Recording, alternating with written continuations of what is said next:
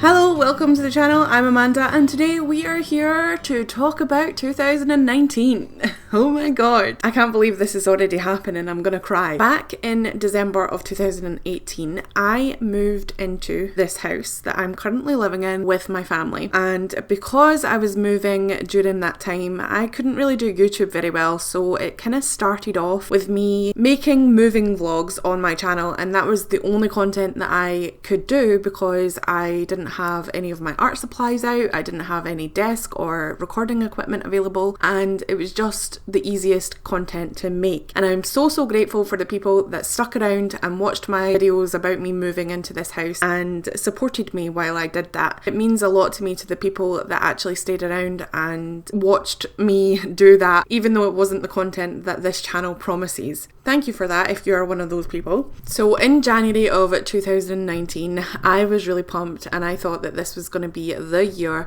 my year of things. Accomplishments and growth and just everything. And that's great. You always should think that for the start of a year and throughout the year.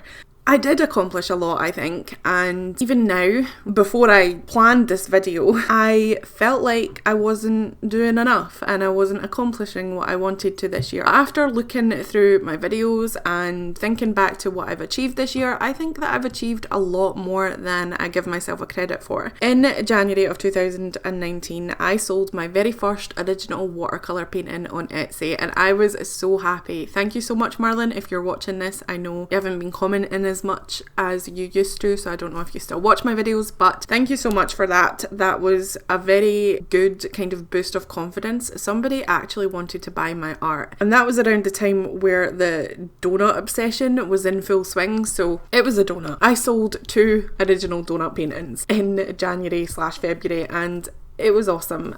It made me really like the idea of starting an online shop for my art. I still didn't feel good enough and I still didn't feel like I was producing enough content to sell, but it did give me the confidence to go ahead with that, and I'm also really grateful for that. In January, I also did my first and only watercolour portrait, and I have done watercolour portraits in the past, but it was just like drawings with a splash of watercolour on them. There weren't actually rendered watercolour pieces, and I did do a few in my sketchbook as well, but besides the point, I did my first full huge watercolour portrait, and it did make me feel like I really wanted to go down that route and do portraits again, but then I just completely stopped. It's the same with that door thing. Remember, I don't know if you'll remember, but back in January 2019, I was obsessed with watching people draw houses and doors on Skillshare and YouTube, and I really wanted to do that too. I thought it was awesome, and I even did it in my Did I Reach My 2018 Goals video, I think, and I was obsessed with that, but it kind of just faded away. I just stopped doing it, and I think that happens a lot with me, where I get obsessed with something for a couple of weeks or months and then I completely forget about it after that. I don't know if I ever want to go back to drawing doors and stuff, but it is fun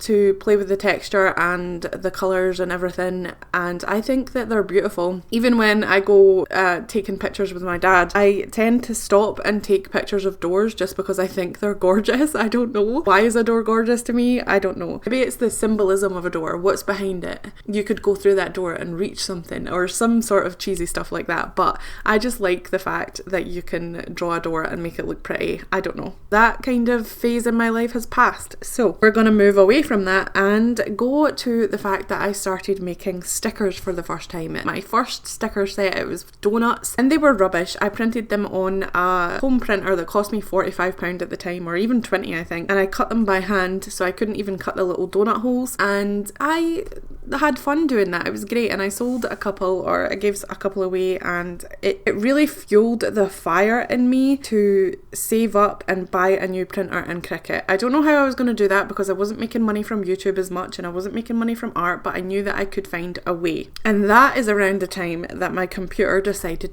to die. Every time I was trying to do something, it would just cut off and die. So that gave me the idea to start doing subtitles for other YouTubers, and I was doing them for a friend, and she was paying me a little bit less than what subtitles are worth, but I was really grateful for that because it made me realise that I could actually make a living doing this sort of thing, and I decided to try and get other clients. So I was the creep and the weirdo that emailed all of the YouTube creators that I knew in the art community and some in the vlogging community and stuff, but mainly videos that I actually like to watch, because if I was to CC a video that I didn't like, then that just wouldn't work. But I got some responses, and I got some people who wanted to do one-off here and there things, and then I also got people who wanted to hire me for long term, pay me for 5 videos in advance. I would do the 5 videos as they came out and then continue paying me every 5 videos and keep going. I only have 2 clients now, but I'm happy with the 2 clients that I have. I could do more and make more money, but if I did that, I wouldn't have any time for art or to do YouTube. So it's a struggle right now, but I think it's very worth it, because that money gave me the ability to be able to afford to buy a printer and a Cricut and a new computer. The money from the Amino deal that I got did contribute to that a lot, but CC was the main kind of long-term focus, because I knew that the Amino thing was going to run out, and it did. I only was paid to make those videos for a couple of months, but I was really happy for the opportunity, especially since I'm a small creator, and it was really great. So I made enough money to buy a new PC, new printer, new Cricut, and that was awesome. That was the most money that I've ever made for myself in a very long time, because I stopped working pretty early on in my adult life. Different story situation there, but let's move on, because this video is probably going to be a little bit long. After that, I took a little break from YouTube in March, and I did a lot of research on how to do YouTube better, make better thumbnails, really think about what kind of videos I wanted to put out, and I did come up with a plan, a value, a destination, things that creator teachers teach on how to be good at YouTube, and I was really excited about it. And when I came back, I made the best, or some of my best videos that I feel in April of 2019. I feel like I made the best videos. They didn't do the best as in terms of views or whatever, but I feel like they were the best quality, they were the best informative videos, and I enjoyed them more. So I did do that, but I kind of trailed away from that a little bit. I stopped remembering what my value and what my destination and what my goals were for the channel, and I just posted whatever I felt like posting, and I didn't really think about it. I didn't plan, I didn't look ahead, I just made a video with whatever idea I had at the time. I've learned a lot about YouTube and about art this year, so I'm really happy that I've went through all these trials and tribulations and errors and stuff to learn all of this. This year was also the year that I tried acrylic painting for the first time, and I fell in love with it. I love it. And I don't think I ever told you exactly why I fell in love with it. I did mention it a little bit in my first acrylic video. I was watching a show that had, I think it was The Next Greatest Artist or something, and they had portraits. They were doing portraits. There was landscape and a portrait version, and I just loved the way that some of the artists there were painting with water, with acrylic, and it just looked so painterly and so natural, and I just wanted to try it for myself, so I did, and I'm really happy that I tried it, because I still like it, and I'm still trying to incorporate it into my artwork to this day. I don't know if I should do a 2019 sketchbook tour, because I have been doing sketchbook tours throughout the year, but I did sketch in my sketchbooks a lot this year compared to last year. I think I filled up more sketchbooks, and I feel like I did a lot more, what's the word that I'm looking for, a lot more thoughtful studying than I usually do, because usually I just open Pinterest and copy whatever that is on there. But for this past year, I have been really thinking about what I want to learn and what I want to take away from sketching, and how to build up thumbnails and concept ideas and put them into artworks. So I am really happy with the sketchbook work that I've done. I didn't even count how many sketchbooks I had filled up. That wasn't the point, because in the previous years I've always said I want to fill up 6 sketchbooks, but in this year I decided not to put a number on the sketchbooks, but just make sure that I did it regularly enough to feel satisfied with how much I sketched in my sketchbook, and I feel like I accomplished that this year. I also opened a Patreon, which was really fun. It didn't do as well as I thought that it was going to do, but also I'm kind of glad that it didn't, because I don't think I have enough time to fully commit to Patreon, but I am grateful for the person that is my Patreon, and even if she doesn't want to be later on, it's fine as well. I'm having so much fun doing the month in review videos and stuff and just talking away, but I am not posting as much as I wanted to on Patreon, and I think it was because I got a little bit discouraged of how rubbish it did. I didn't expect it to do great because obviously I have a small following, and you need to have a pretty big following to have a pretty big thing on Patreon, or not a big following, but at least a committed following that has enough money to spend on that kind of thing. And you need to also produce good work for them to want more from you and to pay for it. Because earlier I said that I had that idea to save up money from CC to buy all my stuff. I finally did in June. I bought my PC, and then I think in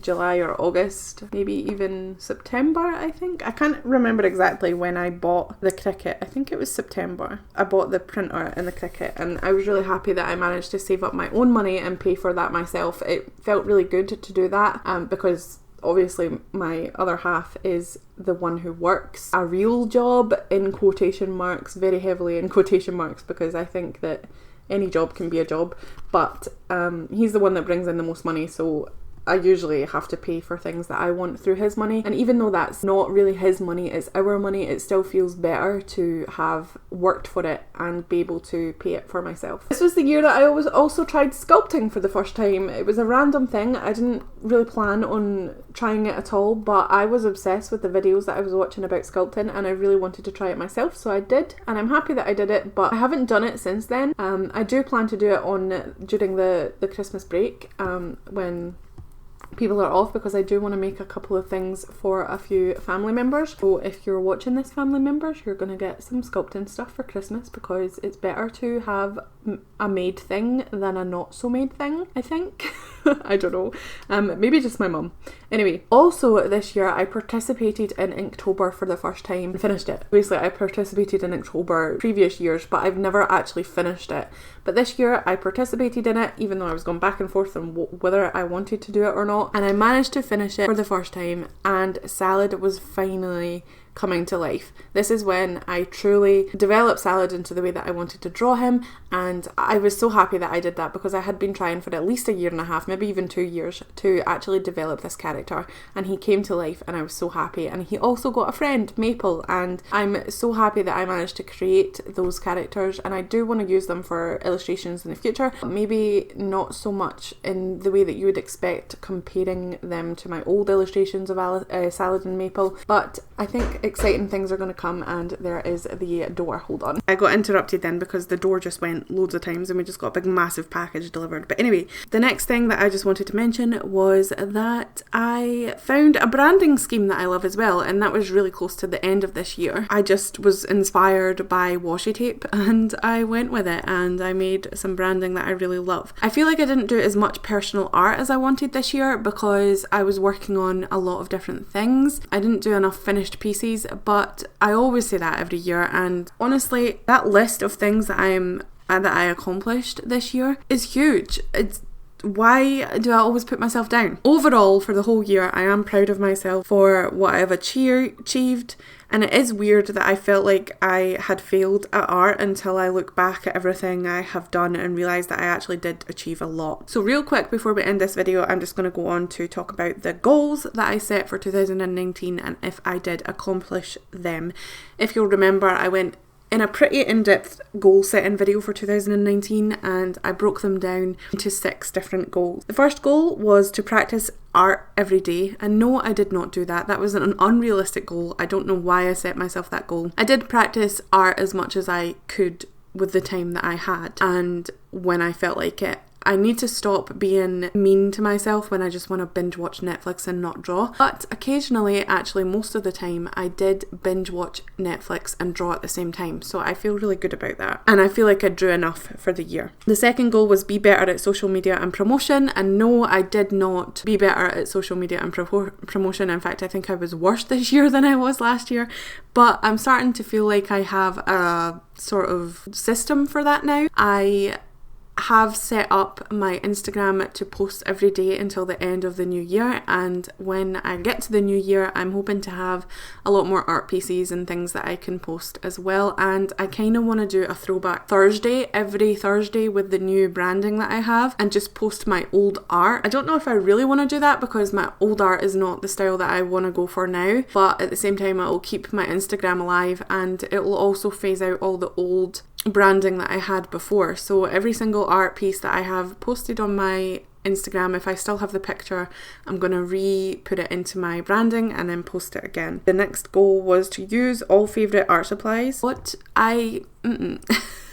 I rearranged my art stuff and threw out a lot of junk that I didn't use anymore or donated it, and I said, right, I'm going to use coloured pencils, I'm going to use watercolour, I'm going to use digital art, and I just didn't. I didn't even do that much watercolour this year. I used a lot of digital, but I think I did more acrylic / digital / gouache, even though I only did like 2 gouache pieces this year than I did watercolour. I did a few watercolour pieces more towards the beginning of the year, but I kind of stopped doing that as much, and I think this was a stupid goal anyway. Like, use the art supplies that you want to use. The next goal was build up art shop and brand, and the answer to that is yes. Obviously I just said that I built up my brand the way that I like it. I found a brand that I really like, the colours and the way that I want to portray myself on the internet a little bit more, and I really enjoy that. And I also built up my art shop by buying a Cricut and a printer and producing art prints and stickers and stuff like that on my shop, and even cards. I am happy with that, but next year I really want to focus in on actually selling the products that I want to sell rather than making products to sell. For instance, I would come up with an idea to do Valentine's Day stuff, and I think that I just want to make my own products not related to Valentine's Day and then just do a sale for Valentine's Day. A lot of people on the internet these days are saying that sales are bad for business, but I think they're actually good, especially if you're in the younger stages of art. I think they're bad for business if you are higher up there and you get more sales. If you don't get that many sales, like 1 or 2 a month like I do, then I think that sales are better, because I wouldn't have got this sale that I got during Black Friday if it wasn't a sale. So I think that you are still making money as long as you don't reduce the price too much. So that's what I feel about my art shop. And then another goal was to plan better art videos in life. No and yes, I think. I didn't really do it in the way that I thought that I was going to do it at the start of the year, but I did use my planner a lot and made sure that I was doing the stuff for my business and for art stuff, but I didn't really do it for life stuff. But I am changing that this year. I have already set up my bullet journal to plan better for life and for art stuff and business, so I'm really happy with that. And then the last goal is 5,000 Artifam members, or subs on my YouTube channel rather. And again, I'm not really bothered by this goal. I don't think that it's a goal that I want to achieve and I must achieve it and I must put in as much effort as possible to achieve that goal. It's just, if it happens, it happens. If it doesn't, it doesn't. And I am really close to 3,000 subscribers, and that was my initial goal for this year, but I increased it because people said that I should strive for better than just for mediocre. So I wanted 3,000. I'm really close to it. I think I'm 4 away from 3,000. So maybe by the time I actually post this video, we'll have hit 3,000. And I do want to do a giveaway for that. Nothing like exciting, or well, it will be exciting for me. I want to give away my products that I sell in my shop, and maybe some even some more stuff and little extras that I want to put in there as well. So I want to do a giveaway for that. I hope that you guys had an awesome 2019 as well. Thank you for sharing the journey with me and watching me as I struggle and grow and confuse myself with what I want to do. But hopefully 2020 will be much better. I'm planning on doing a video for my goals and my future projections for 2020. So if you want to see that, then hit the subscribe button if you're new, or if you are old, if you're old, if you're old, then look out for it, hit the notification bell, and I will see you in my next video. Bye!